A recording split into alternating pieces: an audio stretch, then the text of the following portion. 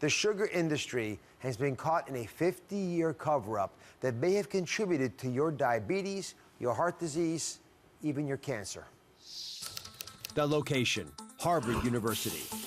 Deep inside a library basement, researchers recently unearthed documents dating back to the 1950s.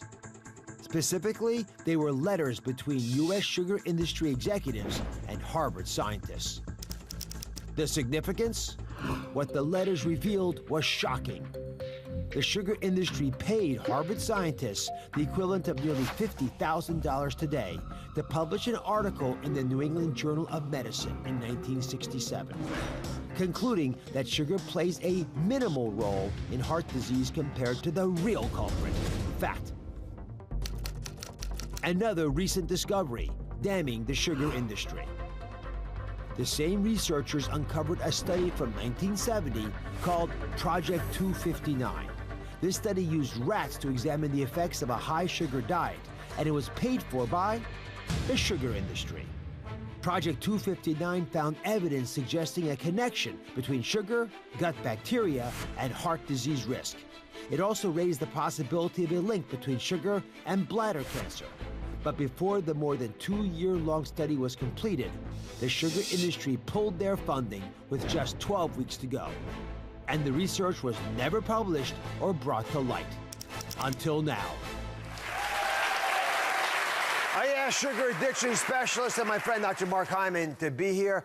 Folks are likening this sugar industry cover-up to that of the tobacco industry, similar types of tactics. It's exactly the same, Emmett. It's really horrible what they do. They actually are following the same dirty tricks. They fund scientists to prove their products are, and then they discredit scientists who say that they're harmful. They lobby the government to create policies that actually help them and hurt us. I mean, think about it. Why should we spend $7 billion a year of taxpayer money funding food stamps to buy soda for the poor? That's 20 billion servings a year. This is a crisis, and in fact, they are creating policies that are making us more sick and are increasing our healthcare burden and straining our economy. It's horrible. I'm going to come back to you in 1 second, but I first want you all to meet the researcher who's being credited with discovering these documents. Dr. Christine Kearns is joining us via Skype. Thank you for being here. Let's start at the beginning. How did you get a hold of all these sugar industry documents, which some are calling the smoking gun? This started for me almost 10 years ago, actually. And I was at a dental conference talking about the links between gum disease and diabetes.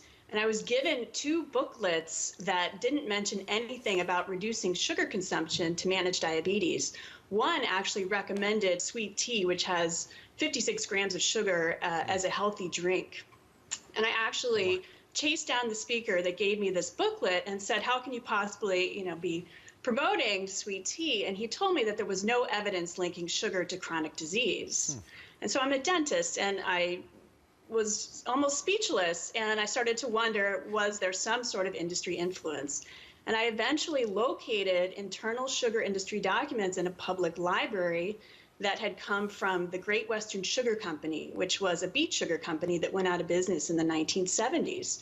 And they donated a lot of their records that were sort of benign, but 4 boxes labeled nutrition policy slipped through the lawyer's screening and ended up in this library, and I happened to be the one to look at them first. So completely serendipitous. With stories like these, I always find it's important to follow the money. So not only did the sugar industry effectively hide vital results, they also appear to have paid scientists off. So how deep does this scandal go?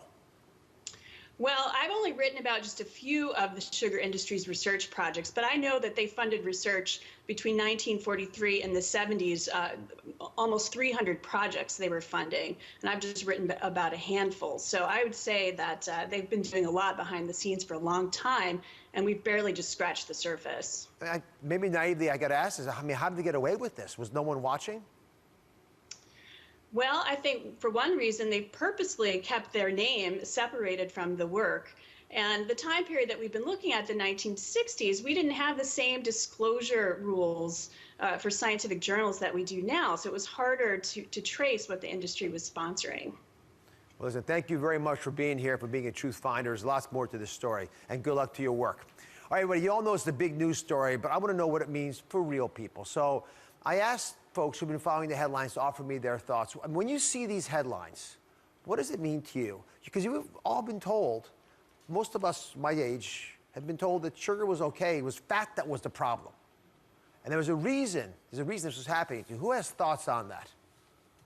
Go ahead. I was recently diagnosed with diabetes, and I was trying the fat-free sugar, the fat-free milk, all the fat-free foods, and none of it seemed to have worked for me. So again, fat-free means usually high sugar. That's how you cheat the system. Right. That's what I thought I was doing. And a lot of that actually is because of this research that's continued to influence how you make decisions. So Right. did your diabetes get better? No, it hasn't gotten any better. So you ate the fat-free food that you thought might help and it didn't help. No, not at all. All right. So there's a reason why you were raised on foods like the ones we're talking about now, the fat-free foods, because we thought that was a problem. So let's take a trip down sugar's memory lane to understand what really happened. So let's go back to 1967, right? The Sugar Research Foundation pays off 3 Harvard scientists to point their fingers away from sugar and towards fat as a dietary culprit in heart disease, right? That sets up a chain of events. 1978, one of these scientists goes on to become the head of nutrition at the USDA, the place that tells us what to be eating. And then not long after that, guess what happens? Exactly what you think. The first USDA dietary guidelines are published, and guess what goes on? They point the finger towards fat, not sugar. So all of a sudden, we think we got to get healthy by not eating fat. We start to forget that sugar is a problem.